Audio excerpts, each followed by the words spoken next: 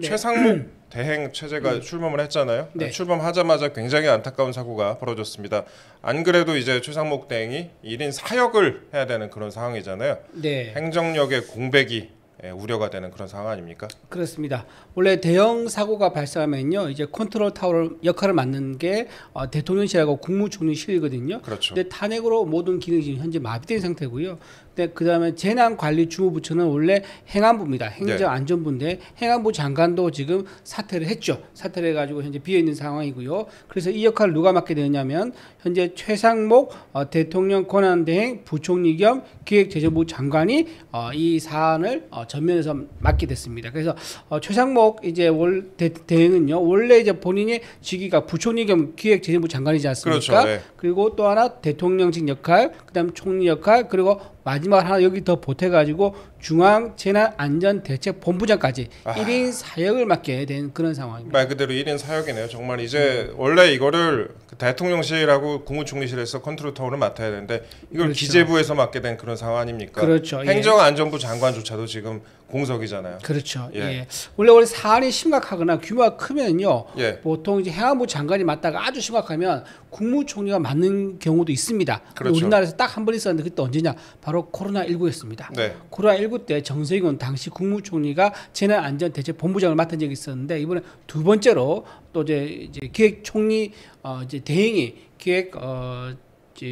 기획재정부 장관 겸 예. 부총리가 재난안전대책본부장을 맡게 됐습니다. 이름도 길어갖고 참 어떻게 불러야 될지 모르겠어요. 저도 말하는 예. 게 지금 예. 이게 잘 붙지가 않네요, 이게. 예, 그렇습니다. 이게 참 네네. 기재부에서 원래 그 국가의 예산 관련된 부분 다뤄야 되는 기재부에서 참 이런 역할을 하게 됐는데 특히 이제 주무부서인 행안부 저희가 아까도 말씀드렸지만 행정안전부 역시도 대행 체제로 지금 운영이 되고 있습니다. 이게 굉장히 충격적인 상황이에요. 그러니까 일단 어제 정부가 중앙재난안전대책본부를 가동을 했는데 민주당의 이제 연쇄 탄핵의 여파로 핵심 5개 보직 중에서 4개, 그러니까 80%가 대행으로 치러졌다. 맞습니다. 이렇게 분석이 나오지 않았습니까? 예. 원래 이제 행안부 장관이 이제 이 역할을 해야 되는데요. 재난안전대책본부장인데 행안부 장관이 지난 7일날 민주당의 탄핵 소추안 발의되자 이튿날 사퇴를 했었거든요.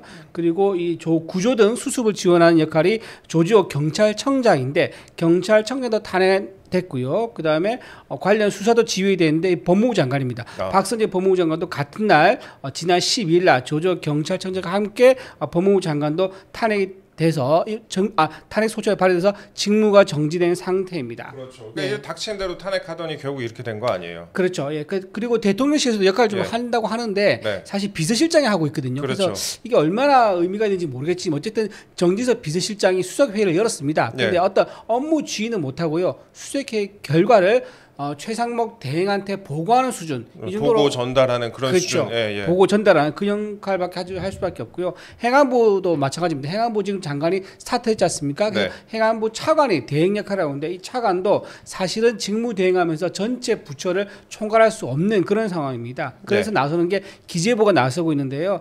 기재부는 이런 입장입니다. 총리실이 담당해야 할 컨트롤 타워 기능이 기재부로 사실상 이관됐다라고 했으면서요. 하면서 무한사고 대응, 무한공항이죠. 무한공항 사고 대응 지원 TF팀, 그러니까 태스크포스 팀을 즉시 가동했는데 이 멤버들이 김동일 예산실장이 팀장을 맡았고요. 예산실장, 그다음에 경제예산심의관, 국토예산과장, 행정안전예산과장, 연금보건예산과장, 안전예산과장 등으로 예산 담당 주축 실국장 과장들이 지금 TF로 구성이 되어 있는 상황입니다. 결국 묻지마 탄핵을 하게 된 결과가 이렇게 그렇죠. 국민들의 피해로 오는 거 아니겠습니까? 그렇죠. 지금 대부분의 피해자 이번에 이제 그 여객기 사고와 관련해서 대부분 피해자들이 광주 전남 주민들인데 기재부가 광주 전남에 대해서 이런 대응을 잘 할 수가 있을지. 그래서 이게 나오는 게 이제 문제가 있다. 기재부가 인명사고 이런 대응 수습방을 해본 적이 없다. 그래서 예산 담당하는 전문가들이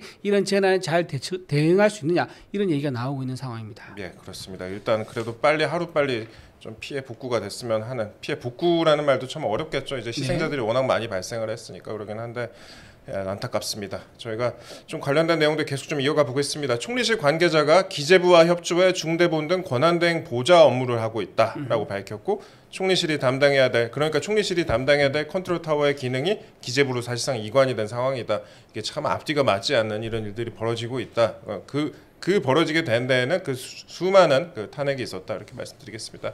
탄핵을 29명을 했잖아요. 그렇죠. 예, 예. 29명을 탄핵을 했고 뭐 전 세계에서 아마 최초라 그러더라고요. 예. 29명 이렇게 많이 된 게. 예. 정부가 출범한 지 2년 6개월, 2년 7개월 사이 된 거니까는 네. 뭐 그 정도면 한 명 될까 말까 한 건데 29명이니까 전 세계에서 가장 많은 탄핵이 이번 야당 이제 이재명이 이끄는 이재명 대표가 이끄는 야당에 의해서 일어났다 이렇게 볼 수 있죠. 네. 네. 그리고 최상목 대행이 그 사고 수습과 함께 국가 애도 기간을 정했습니다. 네, 그렇습니다. 국가 애도 기간은요. 어제 밤 9시 서울 정부청사에서 회의를 열면서 오늘부터 해서 1월 4일까지 7일간 국가 애도 기간을 지정한다라고 했었고요. 네. 예, 무안공항 현장이라든가 이제 전남, 광주, 서울, 세종도 17개 시도에 합동 분향소를 설치한다고 합니다. 이 애도 기간에는요, 공무원과 공공기관 직원들은요, 근조 리본을 달기도 하고요, 또 회식도 금지를 합니다. 그리고 체육대회라든가 축제가 있으면 자제를 해야 됩니다. 각종 이런 애도 기간에는 이제 전부 다 좀 엄숙한 분위기로 네. 가자. 이제 이런 애도 기간이 되겠습니다. 엄숙한 분위기로 가야 되는데 저희가 이따 이제 다른 분 얘기는 좀 드리겠지만 네. 엄숙하지 않은 분들도 좀 있는 것 같아요. 일단 그렇죠. 윤석열 대통령이 유가족의 깊은 애도와 위로를 표한다고 입장을 내놨고 네. 그다음에 이재명 대표 같은 경우, 이재명 민주당 대표 같은 경우는요, 탑승자 가족을 만나서 할 수 있는 최선을 다하겠다, 뭐 이런 식으로 발언을 했습니다. 그 이준석 의원 발언도 좀 관심을 모았는데 개혁신당이죠. 여기는 이제 항공기 사고가 수습될 때까지 정쟁을 중단하자 이렇게 밝혔는데 그런데 이제 저희가 지금부터 이제 이재명 대표 얘기 짧게 좀 해볼게요. 어제 무안에서 항공기가 추락한 뒤에 뜬금없이 윤석열 대통령을 비판하는 글을 본인의 페이스북에 올렸고 이거 부적절하다는 비판이 굉장히 많았습니다. 지금 화면 보시면요. 내일을 향해 쏴라 부치 앤 썬댄스, 국민을 향해 쏴라 윤앤한, 그러니까 윤석열 대통령과 한덕수 대행을 얘기한 것 같은데 그걸 보니까 이제 댓글에 글을 내려주세요. 글 내려 장난치지 말고 지금 상황이 즐겁지 진짜 소시오패스인가? 뭐 국민을 향해 어쩌고저쩌고 막 이런 댓글들이 많이 달렸어요. 그래갖고 굉장히 좀 비판을 많이 받았다. 이렇게 비판이 많이 쏟아졌습니다. 이게 내용이니까 무슨 내용이에요, 이게? 이게 영화 이제 1969년 영화입니다. 이게 네. 로버트 레더포드라 하고 레드포드. 나왔던 영화인데 네. 부치 앤 썬댄스라 원래 영화 제목은 그겁니다. 근데 여기 한국어로 번역되면서 내일을 향해 쏴라라는 제목으로 바뀐 거 된 거죠. 네. 원래 두 주인공의 이름이 영화 제목이었습니다. 근데 내일을 향해 쏴라 이거 워낙 뭐 명작이죠. 명작이고 많은 이제 나이 드신 분들은 많이 알고 있는 영화인데 이 영화를 이제 어떻게 이제 인용했냐면은 이렇게 비유를 합니다. 윤석열 대통령이 비상계엄 당시에 일선 지휘관들에게 총을 쏴서라도 국회 문을 부수고 들어가서 끌어내라라고 지시했다는 게 언론에 흘러나옵니다. 예. 확인되지는 않지만 어쨌든 언론 보도가 됩니다. 이거를 이제 추정해서 비유를 하는 거예요. 대통령이 총을 쏴라고 했다 하면서 영화 제목과 함께 이걸 비유를 해가지고 그때 당시에 부치와 이제 썬댄스 역할하는 사람이 바로 윤석열 대통령과 한덕수 대행이다. 네. 자 이런 식으로 비유라는 글을 올린 건데 이게 왜 문제가 되냐면 시간이 매우 부적절하다는 겁니다. 맞아요, 이거. 그렇죠. 이게 사고가 나기 전이라든가 네. 사고 난 직후에 올렸으면 이걸 이해할 수 있을 거예요. 왜냐하면 모르니까 네. 본인들의 정치적 메시지를 내는 걸 이해할 수 있는데 그러지 않고 이미 사고가 나고 나서 언론에 보도가 많이 됐습니다. 바로 아셨죠, 우리 위원님은? 그렇죠. 저도 이제 바로 이제 인터넷에 올라오고 핸드폰에 알림이 오고 TV에서 나오니까 바로 알았죠. 그런데 이게 1시간 뒤에 이걸 올린 거 이재명 대표가. 그 김세범 칼럼니스트는 언제 알았어요, 이거? 저도 사고 발생 후 30분 뒤 정도에 그 10시 핸드폰을 전에 켰다가 알았다. 네, 예, 그때 이게 알았습니다. 그러니까 9시 30분 전후로 속보가 엄청나게 쏟아졌어요. 맞습니다. 이게 이제 네네. 9시 뭐 8분, 9분 그때쯤에 있었던 네. 일이잖아요. 그렇죠. 근데 9시 30분 정도에 속보가 엄청나게 쏟아졌는데 당시 보도만 봐도 이게 대형 참사를 짐작했습니다. 그 당시에 속보 쏟아진 것만 봐도 이 피해가 엄청나겠구나 하고 짐작은 했는데 이게 그로부터 보도 후에 한 40분 후에 네. 이게 페이스북에 이런 거를 올렸단 그렇죠. 말이에요. 10시 8분에 올렸습니다. 예, 10시 8분에. 10시 8분에 올렸고요. 더 이제 좀 그런 게 10시 4분에는요. 중앙재난대책본부가 첫 회의를 열었었어요. 네. 그러니까 상당히 많은 이제 언론에 통해서 알려지면서 공무원들이 조직적으로 움직이면서 대응을 하고 있는데 아마도 이재명 대표가 이걸 보고를 받았을 거예요. 왜냐하면 네. 주변 참모들이 많이 있지 않습니까? 그리고 이재명 대표가 들은 단톡방도 있었고 텔레그램 방도 있었을 건데 이걸 모른 척하고 과연 이 메시지를 올릴 수 있었느냐?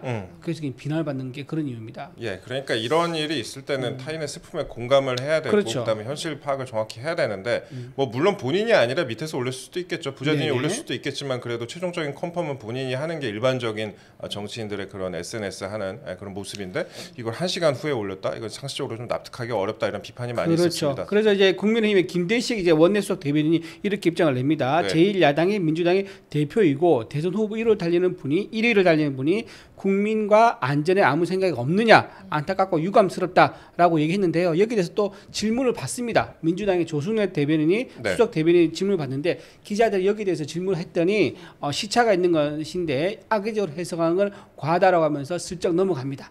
그리고 이날 제가 기자회견을 봤거든요. 이재명 대표가 모두 발언을 하고 조승래 수석 대변인 이제 자리를 비켜줍니다. 네. 근데 이제 이재명 대표가 질문을 이제 받지 않고 피하는 듯한 장면을 보여가지고 더 이제 의혹을 좀 샀었죠. 네, 네. 그렇습니다. 네, 그 와중에 또 어제도 민주당이 특검하고 헌법재판관 얘기를 했습니다. 네, 맞습니다. 어제 이런 상황에서 사실은 네. 모든 이제 국가의 에너지와 그다음 행정력을 다 동원해도 모자랄 판인데 네. 또 다시 정치적 얘기를 합니다. 김윤덕 사무총장이죠. 그렇죠. 예. 김대 사무총장이 어떻게 얘기하냐면요.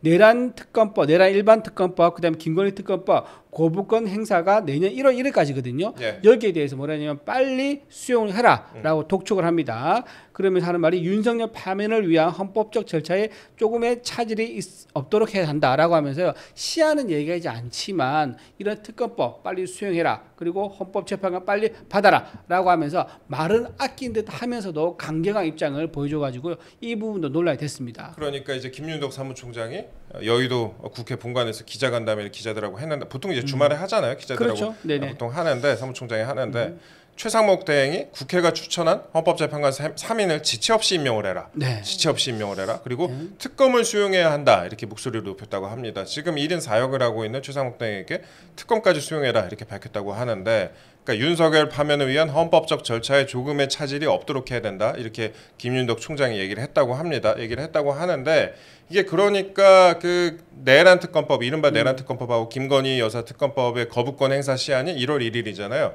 1월 1일이면 이제 이틀 남았습니다. 네. 이틀도 제대로 남지가 않았죠. 그럼 이틀 안에 이거 빨리 해라. 이 의미 아니겠습니까? 그 의미고요. 네. 내일 국무회의가 예정돼 그렇죠. 있습니다. 30일에 국무회의 예정돼 있는데 국무회의에서 빨리 이제 결정을 해라 이 말인데 네. 국무회의에서 어떤 걸 결정이 되냐면요. 내란 특검법, 그다음에 김건희 특검법 이거에 대해서요.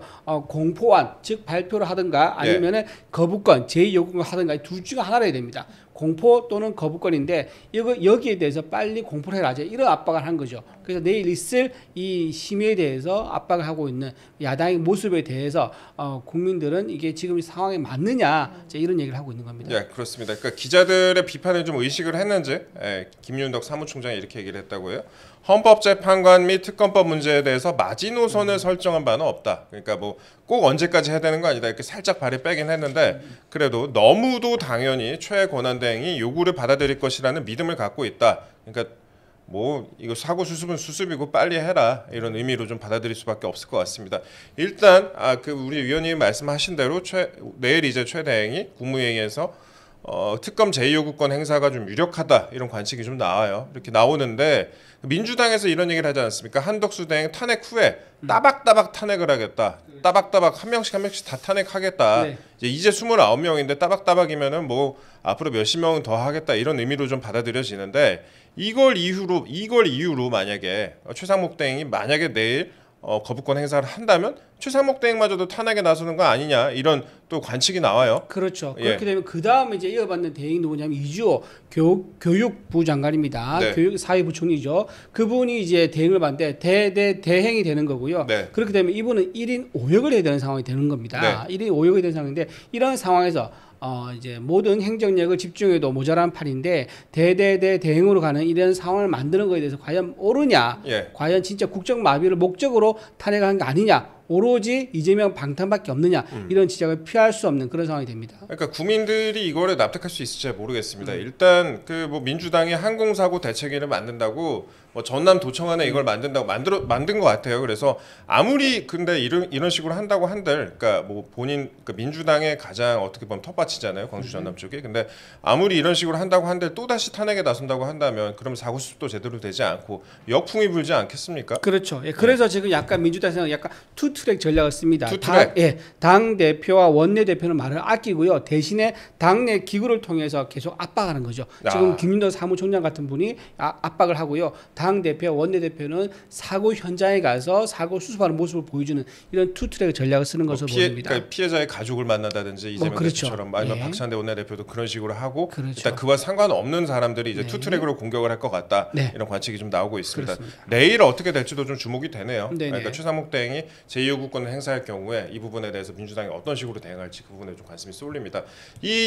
특히 특검법에 대해서 좀 얘기를 해보자면은 이 지금 이제 내란 특검법, 김건희 여사 특검법 같은 경우에 말이 내란 특검법, 김건희 특검법이지 사실상의 국힘 특검법이다 이런 비판을 받고 있지 않습니까? 그렇죠. 네. 수사 범위도 뭐 무한정이고 그 다음에 그 특검 자체를 그 추천하는 추천권 자체도 그 야당이 그냥 야당이 추천한 거 그 중에서 이제 골라라 그런 건데 네. 사실상 야당이 임명하는 건 아니냐 이런 비판을 받고 있지 않습니까? 그렇죠. 예. 야당이 의혹을 제기하고 수사도 야당이 하겠다 이 말인 건데요. 예. 이렇게 되면 답을 정해놓고 수사를 할 수밖에 없는 거거든요. 네. 그래서 이게 이제 헌법에 위배된다. 그리고 권한 대행이 가지고 있는 삼권 분립에 대해서 침해를 하는 거다. 왜냐하면 여야가 다 합의돼 특검이 들어가야 되는데 그러지 않고 야당만 들어간 이제 특검만 들어서 후보를 추천하게 되면 그 중에 골라라면 결국은 삼권 분립의 훼손 아니냐 이런 지적도 같이 받고 있는 거죠. 예, 그렇습니다. 그러니까 일단 1월 1일까지 시한을 정해놓은 상태인데 그 안에 만약에 제2요구권 내일 행사를 할 경우에 민주당이 어떻게 나올지 이 부분에 좀 관심을 가져봐야 될 것 같습니다. 결국에는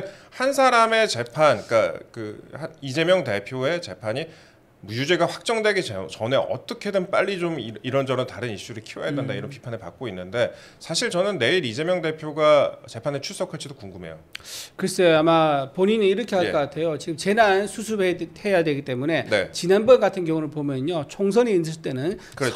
선거에 본인이 이제 참여해야 되고 국민들이 아주 중요한 선택의 순간이기 때문에 야당 대표 자리를 비울 수 없다라는 그런 명분을 했었거든요. 아마 내일도 이런 재난이 있을 경우에 제1야당이 많은 의석수를 가진 제1야당의 대표로서 재난 수습에 만전을 기해한다, 재판 연기달라 하면서 불출석을 사유를 제출할 가능성이 높아 보입니다. 예, 그렇습니다.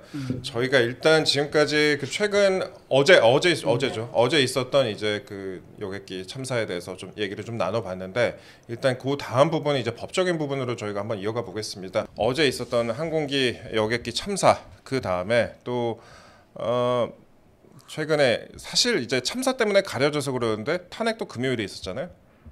예, 탄핵도 금요일에 있었고, 예, 그래서 그 한덕수 대행 탄핵도 금요일에 있었고 그렇기 때문에 최근에 좀 어떻게 세상이 돌아가는지 모르겠다. 그러니까 매일매일 어떻게 보면은 역사책에 수십 년에 한 번 일어날까 말까 한 일이 요즘 매일 일어나고 있어가지고 그 부분에 대해서도 이제 많은 분들이 많이 불안해하고 그러고 계신데 그 와중에 민주당에서 국민의힘 의원들을 내란 선전 혐의로 고발을 한다고 합니다. 이게 어떤 부분이 내란 선전이라는 건지 저희가 한번 좀 따져봐야 될 것 같아요. 변호사님, 이게 내란 선전 혐의로 민주당에서 국힘 의원들을 고발한다고 하는데 요즘 어떻게 보셨어요? 네, 일단 명확히 얘기하자면 법률적으로 내란 선전은 일단 해당이 되지 않습니다. 근데 민주당의 주장에 의하면 예. 국민의힘 의원들이 국민의힘 미디어 특위 진짜 뉴스 발굴단에서 기자들에게 김용현에 대한 공소장에 대해서 김용현 변호인 측의 의견을 돌리던가 혹은 또 그동안 권성동 원내대표의 발언이나 국민의힘 몇몇 의원들의 발언에 비추어 볼 때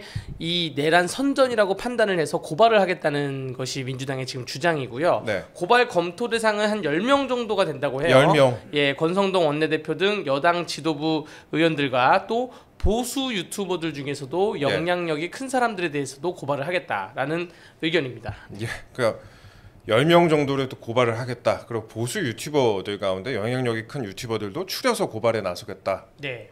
이런 방침인데 네. 저희도 언론사지만 유튜브를 통해서 방송을 하고 있는데 영향력이 그 정도는 안 되는 것 같네요. 예, 그렇습니다. 참 참 유튜버까지. 영향이 큰 유튜브라 그러면 이거 뭐 예. 방송도 다 들어가지 않나요? 네. 방송도 다 해당될 것 같은데. 영향력은 MBC 유튜브가 제일 큰 것 같아요. 그렇죠. 예, MBC 김어준하고. 맞네요. 김어준 씨하고 이런 분. 그 내란 선전죄라는 주장에 대해서 법조계에서 비판이 상당합니다. 그러니까 내란 선전죄에 해당하지 않는다라는 게 이제 법조계의 일반적인 견해인데 네. 이거에 대해서 고발을 한다. 그래도 고발에 밀어붙이겠다 이런 거 아니에요? 네. 예. 이제 법률적으로 정확히 어떻게 되어 있냐면 예. 내란 선전죄는 내란 또는 내란 목적의 살인을 범할 것을 선동이나 선정한 자예요. 네. 그러니까 범할 것을이라는 것은 앞으로 야 우리 내란을 일으키자, 예. 야, 내란 목적으로 쟤를 죽이자 예. 이렇게 범할 것을 목적으로 미래에 있는 일을 가지고 하는 것이 선전인데 미래. 지금 이미 민주당이 주장하는 그 내란이라는 것도 이미 2024년 12월 3일에 있었던 거 아닙니까? 네.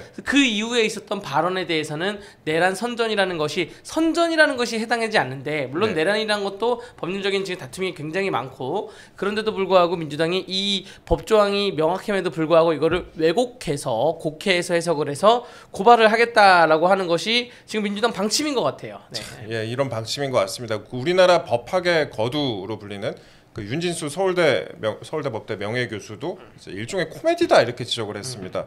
이게 그러니까 비상계엄 선포가 내란이 아니라고 주장하는 것이 내란 선전죄가 될 수가 없다. 또 고소 사실 자체에 의하더라도 범죄를 구성하지 않는 때에는 그 고소가 무고가 되지 않는다라고 얘기를 하면서 이제 이걸 코미디다 이렇게 아주 강하게 지적을 했습니다. 지금 이렇게까지 예. 이제 민주당이 한 이유가 제가 보기엔요. 어제 그제도 그렇고 광화문에 보면은 굉장히 많은 사람들이 나와가지고 많이 모였죠. 예. 엄청나게 많은 사람들이 나왔습니다. 네. 예, 많은 사람이 나와가지고 그러니까 비상계엄에 대한 이제 타당성을 공감하시는 분들 그러면 탄핵 반대한다 이제 이런 분들이 많아서 장외 집회를 했는데 네. 거기에 대해서 약간 위협감을 느끼는 게 아닌가 싶어요. 그래서 그 이제 장외 집회하는 거 그거를 막기 위한 수단으로 첫 단추를 내란 선전죄 이거를 지금 끼우려고 하는 게 아닌가라는 생각이 듭니다. 예. 그러니까 장외 집회를 하기 위한 막기 위한 자발적으로 모이는 거 막을 방법이 없지 않습니까? 예. 그래서 법을 이렇게 억지로 해석을 해서 그걸 근거로 해서 공권력을 동원하려고 하는 게 아닌가라는 이런 의심이 좀 듭니다. 지금 사실상 사실 민주당이 야당이잖아요. 아직 네. 정권을 잡지도 않았는데 네. 그러니까 만약에 이럴 경우에 그러니까 가정입니다. 만약에 이럴 경우에 야당이 정권을 잡게 된다면 어떤 일이 벌어질지 이거에 대해서 굉장히 좀 그렇죠. 두려워하는 그런 사람들도 많이 있는 것 같습니다. 그렇죠. 특히 이제 유튜버들까지도 고발을 한다고 하는데 저는 이렇게 생각합니다. 물론 뭐 사실과 다른 주장을 하는 사람들이 있을 수도 있어요. 그런데 특정 개인의 주장에 뭐 동의하고 안 하고는 저희가 차치를 하고 뭐 우리나라가 전체주의 국가도 아니고 다른 생각을 말하면 처벌한다는 건데 이 변호사님 어떻게 보세요? 이런 그러니까 건? 유튜브들에 대해서 공격을 하려고 한다면 네. 입법적인 근거를 마련해서 공격을 해야 됩니다. 예. 지금 일반 방송은 방송통신위원회에서 그 견제를 받고 있잖아요. 감시와 견제를 받고 있는데 유튜버들에 대해서 1인 미디어들에 대해서 1인 미디어, 1인 블로그에 대해서 민주당이 법률적으로 뭔가 필요하다고 하면 입법을 해야 되고요. 예. 그러면 그 첫 대상은 김어준 씨죠, 사실은. 김어준 씨가 그 국회에 나와서까지 얘기를 했는데 네. 정말 김어준 씨 방송을 보면 뭐 정말 말도 안 되는 얘기를 많이 하거든요. 네. 그러니까 이걸 양쪽의 모든 잣대를 동일하게 적용을 해야 되는데 민주당이 야 우리 의견에 반대하는 사람들만 우리 의견에 반대하는 유튜버들만 처벌할 거야 이렇게 해가지고 콕 집어서 하는 것은 형평성에 좀 맞지 않다고 생각되고요. 민주주의의 이제 대원칙이 이런 겁니다. 예. 나는 너의 의견을 반대하지만 너에게 말할 권한을 그렇죠. 주는 거를 찬성한다. 네. 말할 기회를 주는 건 찬성한다. 그럼 말할 기회는 줘야죠. 근데 말할 기회조차 안 주고 말한다는 것 자체를 처벌한다고 하는 거는 사실 민주주의 원칙에 좀 어긋나는 그러한 발상입니다. 표현의 자유를 아예 꽁꽁 싸매는 거 아닌가 싶은데 아까 이제 김어준 씨 얘기를 했으니까 제가 짧게 시청자 여러분들께 TMI 좀 말씀드리면은 김어준 씨가 저에 대해서 허위사실 유포했고 지금 재판받고 있거든요. 제가 뭐 며칠 전에 이제 그 증인으로 출석했다 왔는데 그 재판이 또 길어졌고 또 가게 생겼어요. 네. 그런데 보니까 뭐 제가 깜짝 놀랐어요. 뭐 제네시스 G90 그 리무진 있잖아요. 네. 긴 거 가운데 긴 거 어. 거기서 딱 내리더라고. 전 누가 여기서 내리나 했더니 거기서 딱 내리면서 옆에 경호원들 덩치 큰 사람들 한 3명 정도가 딱 있는 거예요. 저는 굉장히 위압감을 느꼈는데 돈 많이 근데 버셨네요. 주변에 이제 아무도 없는데 그런 식으로 하고 가더라고. 그래서 내가 이렇게 다니는구나 생각을 했어요. 저희도 같이 가드려야 되는 거 아니에요? 아니 저 1호선 전철 타고 갔습니다. 예, 북부지법이어갖고요. 1호선 네. 전철 타고 갔습니다. 그러시구나. 예. 남자가 당당하면 그냥 전철 타고 가야죠. 맞습니다. 주차요금 많이 나오는데. 예. 참 그렇습니다. 제가 짧게 TMI 좀 말씀드렸습니다. 저는 그렇게 생각합니다. 그러니까 물론 저도 저하고 C 좀 붙이지 마세요 하는데 그래도 저희가 언론이니까 그렇게 하고 있습니다. 예, 저도 붙이기 싫어요. 예.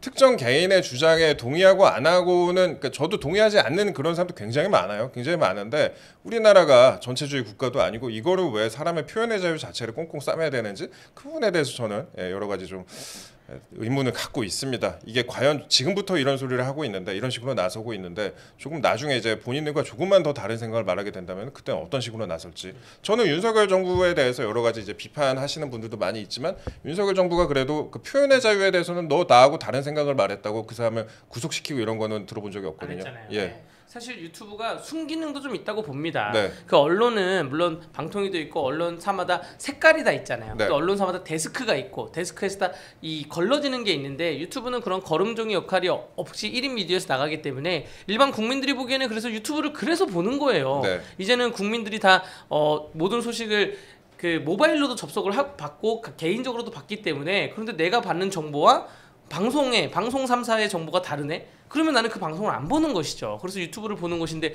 그런 것 자체를 차단하겠다는 게 이거는 뭐 언론 장악이죠. 뭐 언론 장악의 한 형태인 것입니다. 네. 맞습니다. 그래서 지금 민주당이 하는 행태에 대해서 민주당은 생각이 다르다고 협박하는 공포 정치를 시행하는 거 아니냐라는 공포 정치 그 얘기가 지금 나오고 있는 거고요. 실제로 이제 한덕수 국무총리 대행이 이거를 이제 거부권 행사할 때 바로 20분 만에 네. 탄핵 소추안이 바로 발의가 됩니다. 네. 이걸 보면은 앞으로도 위원들이 대행을 하는 국무위원들이 민주당의 말을 듣지 않고 다른 생각하게 되면 바로 탄핵시켜 가지고 전부 다 줄탄핵시키겠다. 그래서 국정 마비를 의도하겠다라는 것을 드러낸 두 번째 단추를 끼운 게 아닌가 싶습니다. 옛날에 그 미네르바는 미네르바. 왜 했냐면 그러니까 지금은 이제 유튜브지만 그때는 이제 블로그 시대 예. 뭐 아고라 다음 아고라 강장 이런 건데 미네르바를 왜 처벌했냐면 미네르바 글이 계속 올라올 때 많은 국민들이 저 막아야 되지 않냐 처벌해야 되지 않냐 해도 이명박 정부가 뭘 못했어요. 할 수 있는 입법 근거가 없으니까. 네. 근데 당시 미네르바 씨가 국가 관련된 뭐 공문서다 해서 공개를 했어요. 근데 그게 완전 조작된 문서였거든요. 네. 그 문서 서명이 이제 직인이 찍혀 있는 국가 기관이 있을 거 아니에요. 그게 조작된 문서였기 때문에 관련 법이 있어가지고 그래서 조사를 들어갔던 것입니다. 예. 예, 저희가 그러면 다시 좀 이슈로 좀 돌아가 보도록 네. 하겠습니다. 예. 그건 그렇고 또 참사 이 후속 대책에 쓸 재해 대책 예비비가 야당으로 인해서 대폭 삭감이 됐더라고요. 그렇습니다. 네. 예. 지난달 29일이죠. 내년도 예산안이 통과됐는데 그때 전체적으로 예산안이 야당 단독으로 그러니까 이것도 헌정사 초유였어요. 네. 그러니까 항상 여야 그 협의해서 그렇죠. 예산안을 네. 넘겼는데 처음으로 야당 단독으로 처리한 예산이 이번에 예산이었습니다. 그러면서 예비비가 당초에는 4조 8천억이었는데 반토막이 난 2조 4천억 원이 통과됐습니다. 근데 예비비는요 크게 일반 예비비, 목적 예비비 두 개로 나뉘거든요. 목적 예비비, 일반 그렇죠. 예비비. 네, 예. 그렇죠. 일반 예비비는 이제 임시로 사용하는 경우가 일반 예비비고요. 목적 예비비에 바로 이게 들어갑니다. 재난, 재해 이때 쓰는 게 목적 예비비입니다. 그 원화 부족, 그러니까 우리나라 이제 IMF 같은 상황이 안 오더라도 원화 같은 걸 미리 대비하는 거죠. 이런 상황이고요. 그다음에 홍수나 가뭄 또는 이제 돼지목 관련된 질병, 네. 소 질병들 오면 한꺼번에 도출하지 않습니까? 그러면 네. 그 농가들 피해가 오기 때문에 그 농가 피해 보상한 것도 바로 이 돈에서 나옵니다. 그런데 이거를 전부 다 민주당이 절반에서 삭감해 버렸는데요. 좀 더 구체적으로 말씀드리면 재대책 예비비만 1조 원이 삭감돼 가지고 1조 6천억만 남은 상태. 지금 그런 상태입니다. 근데 보통 재난이라는 게 겨울과 여름에 많이 항상 옵니다. 이건 반복되는 거예요. 네. 그래서 우리가 평균 예비비 들어간 거를 잡아서 했는데 그걸 절반 잘라버린 겁니다. 이번 참사 같은 경우에 이제 이게 필요한 딱 그런 거잖아요. 그렇죠. 예. 예. 평균 예비를 딱 잘라버렸는데 이거 같은 경우는 예상 못한 거잖아요. 네. 이거 왜냐면 겨울과 여름 항상 반복되는 재해가 있으니까. 근데 이렇게 항공기 사고는 사실 우리가 예측해가 대비하기 힘든데 이런 비용을 쓸 수 없게 만들어 버린 거죠. 절반 줄여버려서. 그래서 오히려 지금 민주당에서 이 예비비 삭감한 것에 대해서 국민들이 너네가 이제 정부가 일을 하지 못하도록 지나치게 삭감해가지고 오히려 더 문제를 키우는 게 아니냐 이런 비난까지도 일고 있는 상황입니다. 예, 그렇습니다. 네. 이게 그러니까 결국엔 나비 효과잖아요. 이런 네. 그 예비비 같은 경우에도 그 야당이 단독으로 이제 처리를 하고 이제 삭감을 하고 이런 부분인데 이게 이번 참사에도 적용이 될 수가 있다. 뭐 예, 아마 그런 뭐 말씀 추경하자고 드리겠습니다. 하겠죠. 추경하자고 하겠죠. 예, 뭐. 지금 예. 예산이 통과된 지 아직 2025년도 회계가 시작도 안 했는데 추경하자고 얘기가 나올 것 같고요. 여름에는 홍수, 겨울엔 산불인데 그 강원도에는 이 산불 때문에 예비비에 굉장히 민감합니다. 근데 이게 1조 이상 깎았다는 거에 굉장히 좀 분노를 안 할 수가 없는 부분이고 지금 이 항공기 사고 같은 경우에는 재난구역으로 선포를 했기 때문에 예비비가 투입될 수밖에 없는 상황이에요. 예. 그렇기 때문에 많이 부족할 것이라고 예상이 됩니다. 이 네. 상황에서 만약 산불 나잖아요. 그러면 산불에 들어갈 돈이 부족해 버린 거예요. 이미 지금 네. 지금 무한공항에 들어가게 됐기 때문에. 그리고 잠깐 TMI 좀 말씀드리면 무한공항이 왜 생긴 줄 아세요? 무한공항이요. 옛날 목포에서 여러분 기억나면 1993년입니다. 아시아나항공이 목포항공에 착륙하다가 사고가 났어요. 네. 근데 그때 산에 부딪혀 사고 났거든요. 그 때문에 그걸 계기로 해가지고 목포공항이 위험하다가지고 만들어진 공항이 대체공항입니다. 그게 무한국제공항이에요. 맞습니다. 예. 그런데 또 사고가 난 거예요. 예. 아, 제가 그- 사실 예. 공군 장교 출신 아닙니까? 아 그렇죠. 제가 잘 또 아시겠네. 관련된 제가 업무를 하기도 했었거든요. 네. 군에 있을 때 저희가 끝부분에 좀 말씀드리려고 하는데 아까 말씀하셨으니까 예. 그 목포공항 자체가 굉장히 그때 작고 그다음에 그 지형적으로 안 좋은 공항이었어요. 그래서 네네. 이제 그거를 대체공항으로 무한공항을 만들었는데 근데 무한공항 자체도 그런데 좀 입지적으로 그 우리나라 물론 안 그런 데가 있긴 하겠냐마는 그래도 이제 이 부분이 이제 세대가 워낙 많은 곳이거든요. 그쪽에 이제 철새가 굉장히 많은 곳이고 네. 그리고 당시에 이제 그 뭐 교통 같은 측면에서도 이제 광주나 다른 이제 전남 동부권에서는 좀 접근이 어렵다 그런 좀 비판을 많이 받기도 했습니다. 그래서 왜 특정 정치인과 관련 있는 그 고장에 그렇죠. 그런 곳에다가 일부러 공항을 만든 거 아니냐 그런 비판을 많이 받기도 했었죠. 그리고 이게 이용 빈도가 그렇게 높지도 않았어요. 그래서 뭐 고추를 말린다느니 이런 그런 오명을 쓰기도 했었죠. 활주로 해서 예. 예, 그런 공항이었는데 이걸 이제 다시 이제 되살려서 최근에 좀 쓰고 있었는데 이게 그 국제선이 다시 취항한 지 얼마 안 돼 가지고 이런 일이 벌어져 가지고 좀 가슴이 아픕니다. 저희가 뒷부분에서 지금 자세히 한번 다뤄드릴게요. 제가 그 충돌에 대해서도 나름 좀 분석한 부분이 있거든요. 저도 이제 나름 뭐 파일럿들 그리고 뭐 관제사들 제가 같이 일했던 그런 사람들한테 어제 통화를 해갖고 어느 정도 취재를 좀 해봤는데 저희가 뒷부분에 좀 다뤄보겠습니다. 법적인 부분과 함께 돌아보겠습니다. 네. 예, 탄핵 얘기로 저희가 다시 한번 돌아볼게요. 탄핵 금요일에 있었죠. 금요일.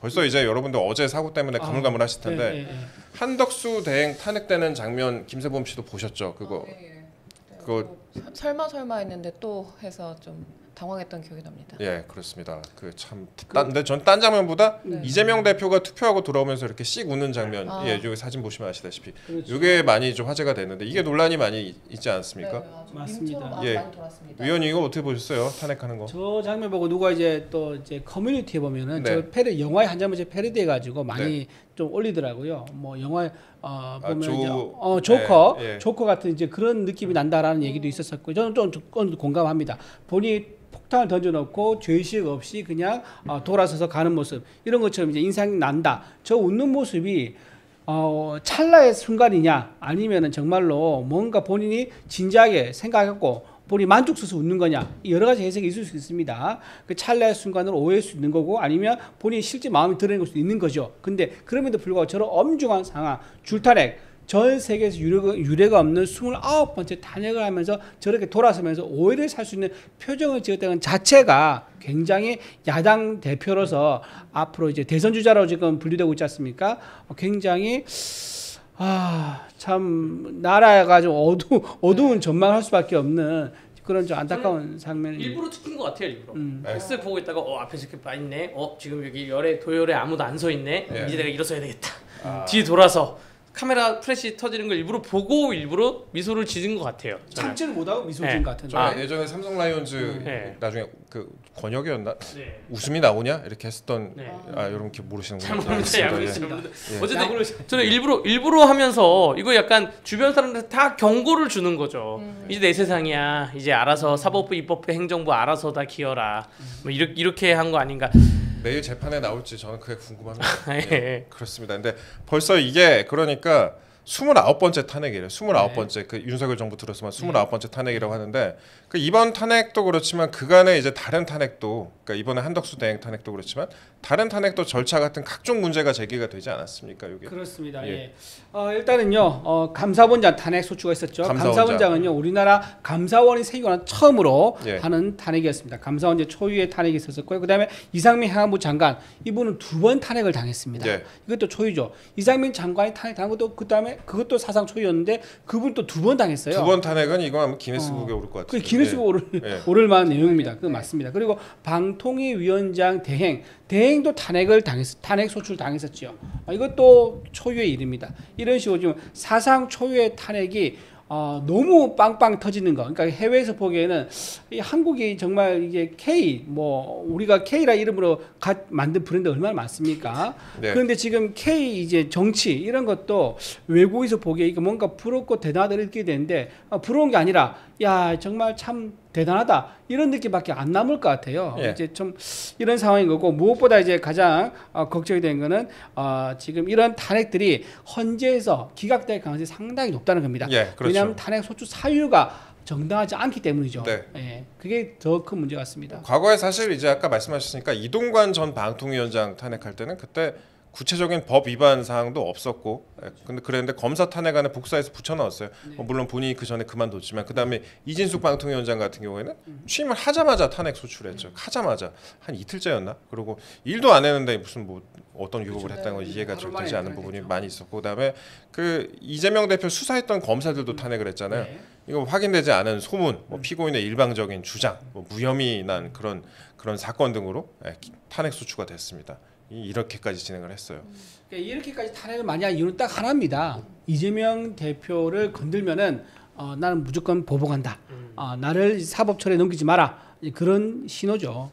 여기에 대해서 예. 권성동 원내대표 주축으로 해서 또 입법적인 공격을 해야 됩니다. 예. 왜냐하면 이 탄핵 소추안을 보면 면밀히를 모든 탄핵 소추안을 보면 헌법에는 탄핵 소추를 할 때는 증거를 붙이도록 되어 있는데 그 증거를 하나도 안 붙이고 다 기사만 다 붙였어요. 네. 이 기사가 증거 및 참고 자료 해가지고 이게 참고 자료인지 증거인지 구분도 안 되게 붙였는데 자, 탄핵 소추안에 대한 절차에 대해서 네. 명확하게 만들어야 돼요. 예. 이거를 뭐 법으로 만들던 아니면 뭐 시행령이나 시행 규칙으로 만들던 명확히 만들어가지고 탄핵 소추안은 이러한 요건에 의해, 그러니까 요건은 정해져 있는데 이러한 절차에 의해서만 할 수 있도록 문서 서류도 어떻게 만들어야 되고 이런 양식 같은 것도 다 만들어놔야 되지 않을까. 네. 이러한 허들 절차가 없으니까 민주당이 말로만 탄핵하자, 뚝딱 만들고 언론기사 붙여, 네. 언론기사 붙여가지고 다 내는 그런 형식이거든요. 우리나라가 그러니까 그 법을 만들 때 헌법을 만들고 여러 가지 뭐 형법을 만들고 할 네. 때 이렇게까지 하리라고는 생각을 생각 못했죠. 못했죠. 예, 예, 그때 예, 이제 예. 그 옛날에 법을 만들던 분들이 이렇게까지 정치권이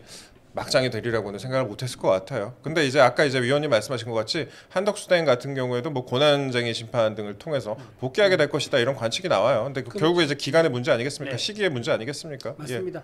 1987년도죠. 87년 헌법이 지금 그대로 이어지고 있는데 예. 그때 만든 헌법의 왜 정신이 뭐냐면 이거예요. 그러니까 더 이상 이제 군사 독재 시설을 막자. 이래서 5년 단임제를 만들었고 그러면서 의회의 권력을 굉장히 크게 보장을 해줍니다. 예. 근데 의회의 권력이 커진 의회의 권력이 이렇게 남용될 거는 그 당시 생각을 못한 거예요. 행정부의 권력, 행정부의 과잉 집중된 권력을 제어하는 것만 이제 견제하는 것만 생각했지. 이렇게 의회의 권력이 막가파식으로 갈지는 상상을 못했기 때문에 지금이 바로 개헌을 통해 가지고 의회 권력 또는도 절제가 필요하다. 의회 네. 권력에 대한 견제 장치도 필요하다. 이제 그것도 같이 논의되어야 된다. 이런 예. 상황입니다. 일단은 그 한덕수 권한대행 총리에 대한 탄핵에 대해서는 권한쟁의 심판이 들어가 있고 효력정지 가처분이 들어가 있는데 이 네. 이유가 기존에 있는 탄핵과 다르게 200석이냐 151석이냐 이 문제로 지금 들어가 있는 그렇죠. 거잖아요. 그 200석 이석이 해야 된다는 것을 다수의 헌법학자들이 문서로도 남겨놨는데 우원식 의장이 151석을 주장을 해서 넘어간 거고 네. 자, 헌법재판소에서는 선입선출 원칙은 일단 지키지 않고 중대한 대통령 사안부터 보겠다라는 지금 뉘앙스인 것 같은데 네. 빠르게 할 수 있는 것도 빠르게 해야 됩니다. 그렇죠. 사실 이진숙 방통위원장이 제일 빠르게 할 수 있어요. 거의 다 그 심리를 했기 때문에 네. 그거 먼저 결정을 내리고 한덕수에 대한 권한쟁의 심판 말고 본안에 대해서도 이거는 151석이냐 200석이냐 200석이 명확하다면 그냥 각하하면 되거든요. 그렇죠. 본안 자체를 판단을 안 해도 됩니다. 절차 위반이기 때문에 본안전 흠결이라 그래가지고 우리 본안을 판단 안 할게 그냥 각하할게 니네 200석 다시 맞춰와 이렇게 하면 되거든요. 네. 그래서 헌법재판소에서 이 결정은 한덕수에 관한 결정은 좀 빨리 내려줘야 되지 않나 좀 생각이 들어요. 가장 빨리 내려야 되지 않나 그런 생각이 들어요. 그러니까 당장 우리나라 대통령이 먼저 앞서서 해야죠. 이거. 네. 네. 그러니까 일단 왜 그러냐면 이제 최상목 땡이 저희 시작에도 얘기를 했지만 네. 1인 4역을 지금 하고 있는데 네. 빨리 이제 한덕수 땡이 복귀해야 되지 않나 그런 생각이 듭니다. 그래서 헌법재판소에서도 좀 한덕수 땡에 대해서 가장 빨리 좀 처리를 해야 되지 않나 그런 생각을 하고 있습니다. 그런데 과연 빨리 될지 그 부분에 대해서 의문이 들죠. 그런데 이제 최상목 땡 얘기가 나왔으니까 최상목 땡이 이제 1인 4역을 맡게 되는데 이분이 이제 윤 대통령이 가장 아끼는 관료라고 해요. 네, 예. 그렇습니다. 일단 서울대 법대 후배이기도 하고요. 아. 이분이 굉장히 이제 서울대 법대 졸업하면서 예. 사실을 보자고 행정고시를 봤거든요. 예. 그때 그럼에도 불구하고 법대를 또 수석 졸업을 해요. 그때 교수님이 국가 워낙 똑똑하니까 국가를 위해서 일을 해라. 박진 교수. 박진이 박세일 교수. 박세일이죠. 박세일 교수 맞습니다. 박세일 교수가 늘 학생들 했던 얘기가 뭐냐면 사법고시 보지 말고 나라를 위해서 여러분 같은 인재들이 나라를 위해서 일하는 게 더 좋다. 네. 변호사 자격증은 개인적으로 자기 이제 변호사 사업을 하면서 이제 뭐 형사 사건 관련된 여러 피고인들의 변호할 일이 많잖아요. 그건 국가 발전 관계가 없는 거죠. 그래서 박세일 교수는 국가 발전에 인재들이 많이 가면 좋겠다 해가지고 행정고시를 많이 권유했다 그러더라고요. 그때 행정고시로 간 세대가 많이 있습니다. 그중에 대표적인 주자가 바로 이 최상목 권한대행입니다. 이분이 그러니까 이제 주로 이제 예전에 재경직 붙으면 재정경제부 많이 일했잖아요. 재정경제부 우리나라 이제 가장 탑 티어였었는데 행정고시 붙으면은 그때 이제 재경부의 금융정책과장, 그다음에 기재부 경제정책국장 1차관 등을 거쳤는데 이분이 이제 박근혜 정부 때 그때 청와대 경제금융비서관을 했습니다. 당시에 이제 뭐 최순실 등등해서 국정농단이라고 불리던 그 사건에 연루됐다는 의혹을 받아서 검찰에 참고인으로 조사를 받았는데 당시에 중앙지검장이 윤 대통령이었어요. 근데 왜 둘이 또 더 이어지게 됐냐? 그때 조사를 받았는데 이 조사를 한 검사들이 이 최상목 대행에게 감화가 된 거예요. 이 사람 괜찮은 사람이다. 그렇게 돼서 윤석열 대통령에게 이분을 추천하게 됐다. 이런 식으로 이제 얘기가 나오더라고요. 그랬습니다. 이동재 기자도 혹시 검사들이 나중에 추천하고 그러지 않을까요? 저요? 예. 우리 오늘은 엄숙하게 웃지 말고. 알겠습니다. 알겠습니다. 네. 추천했으면 좋겠는데. 추천을 했었고요. 실제로 그것 때문에요. 청와대에서 대통령제 인수위 있지 않습니까? 거기서 경제일 분과 간사로 발탁이 됩니다. 발탁이 됐고요. 그때 하면서 경제수석실에 또 경제수석실도 했었죠.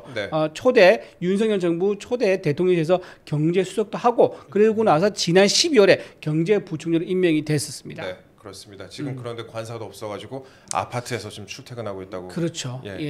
이게 그러니까 탄핵을 29명을 하니까 이런 일이 벌어지는 거 아니겠습니까? 그렇죠. 참 그렇습니다. 앞으로 그 최상목 대행이 어깨가 참 무거운데 그 와중에 어제 국난이라고 할 수 있는 상황도 벌어져가지고 이거 어떻게 수습을 하느냐가 최상목 대행 어깨에 좀 달려 있습니다. 참 이런 일이 있습니다. 그리고 오늘 예정된 정치 이슈도 저희가 간단히 한번 다뤄볼게요.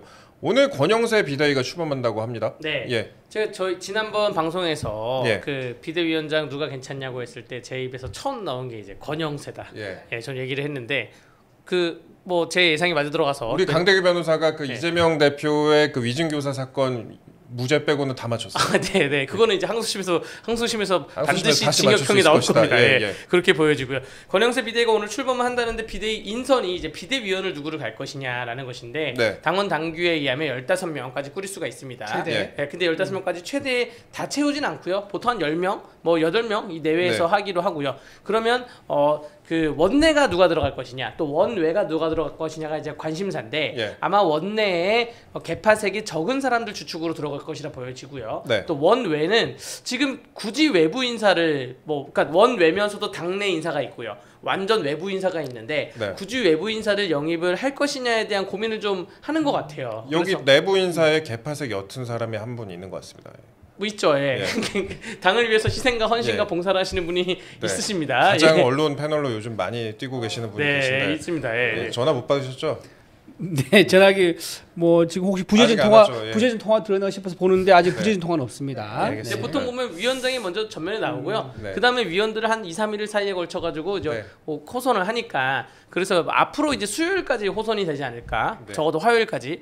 전화기 잘 붙들고 내일 모레까지는 휴대전화 잘 보고 계시는 게 좋을 것 같습니다. 그럴 것 같고 근데 외부 인사를 그러니까 당내 인사 말고 아예 외부 영입 인사를 영입을 안 할 수도 있을 것 같아요.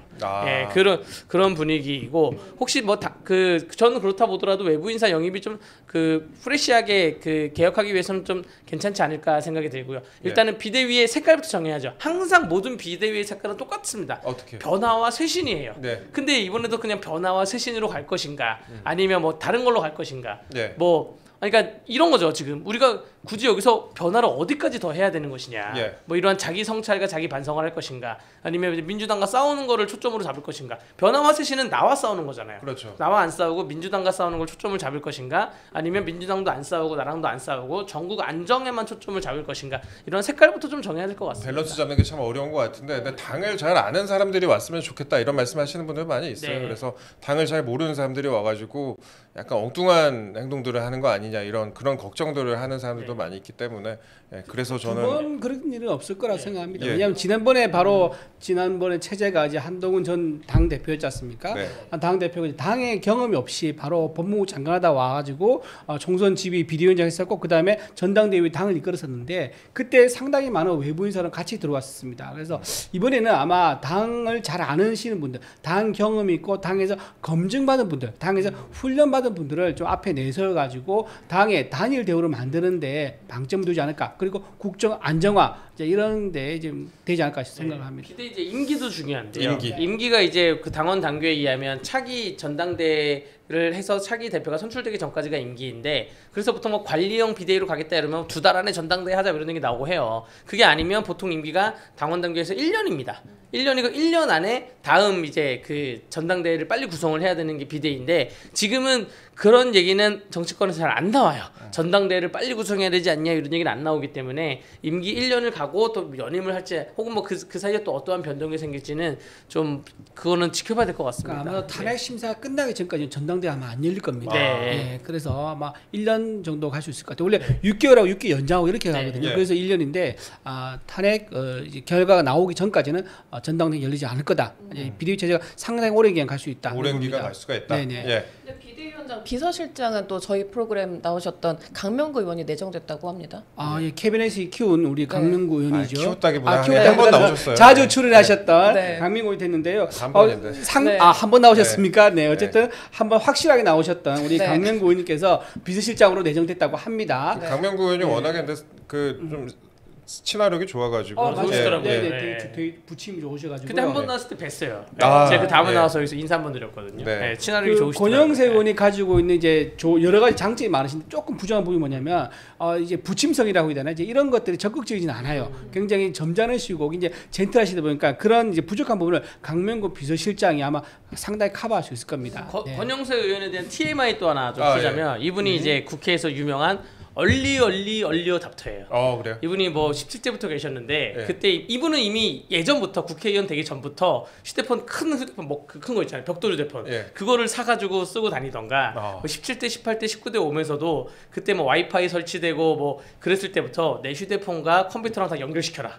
뭐 약간 이런 얼리어 답터. 지금도 드론 관련해서 4차 혁명 관심이 많아서 네. 드론 관련된 법안을 많이 뭐 내고 있는 분인데 약간 비대위원장이 그 당을 안정시키고 또 전국을 안정시키지만 본인이 갖고 있는 관심사에 이러한 얼리어 닥터적인 생각을 가지고 정책적인 거에도 많이 좀 녹여냈으면 좋겠어요. 지금 국회가 또 우리 정치가 정책 실종이거든요. 정책 실종이고 정책이라고 해봤자 그냥 포퓰리즘 돈 퍼주기밖에 없는 실정인데 그거 말고 돈 퍼주기 말고 좀 더 미래 혁명적인 정책을 권영세 비대위원장이 이것도 하자 저것도 하자 적극적으로 말을 해줬으면 좋겠습니다.